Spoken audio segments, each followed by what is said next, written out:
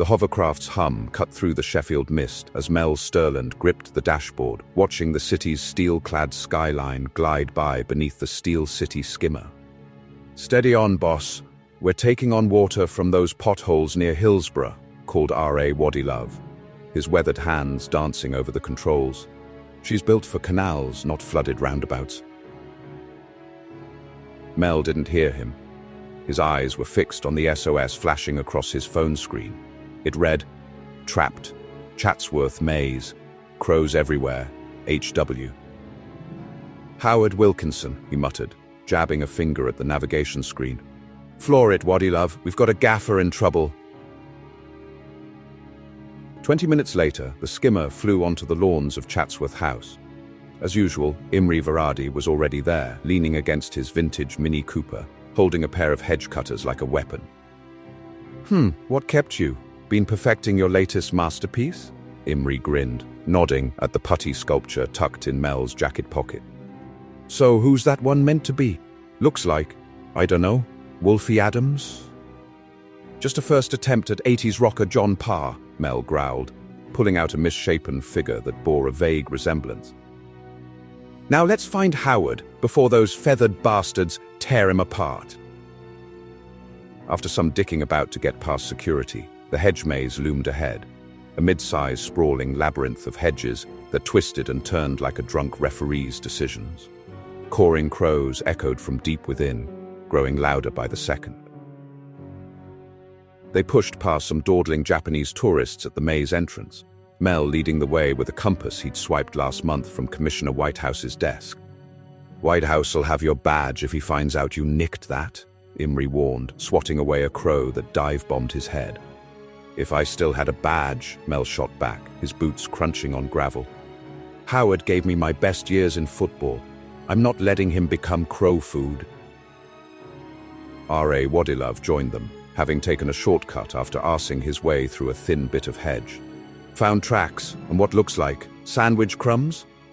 Following the trail, they rounded a corner to find Howard Wilkinson, wedged between two hedges, flapping his arms, surrounded by a swirling mass of crows that kept edging closer. A half-eaten lunch lay beside him. "Oh, Mel, thank God. I was on a lad's day out with Dave Bassett. Dave suggested that we try the maze, as he's got a gift for logical thinking. But then he had to dart off in a hurry due to a rectal prolapse. I was trying so hard to find my own way out, but I took a wrong turn," Howard called out, ducking as a crow swooped low. "The crows are going wild for my man-sized sandwich, then I got wedged." Mel didn't hesitate. He pulled out his rough putty sculpture of John Parr and hurled it into the air.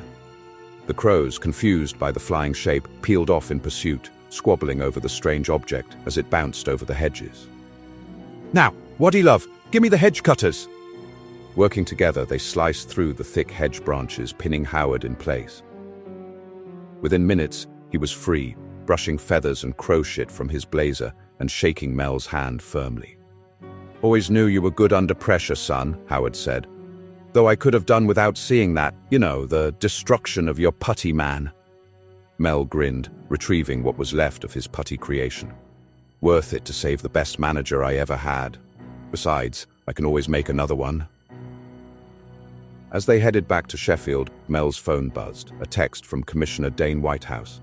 "I know you took my compass. Meet me at the station." "Loose cannon strikes again?" Imre laughed. "It's okay, that tit'll be sweet when he knows that Howard is safe," Mel replied, firing up the hovercraft's engines. "Now then, who fancies a happy meal?"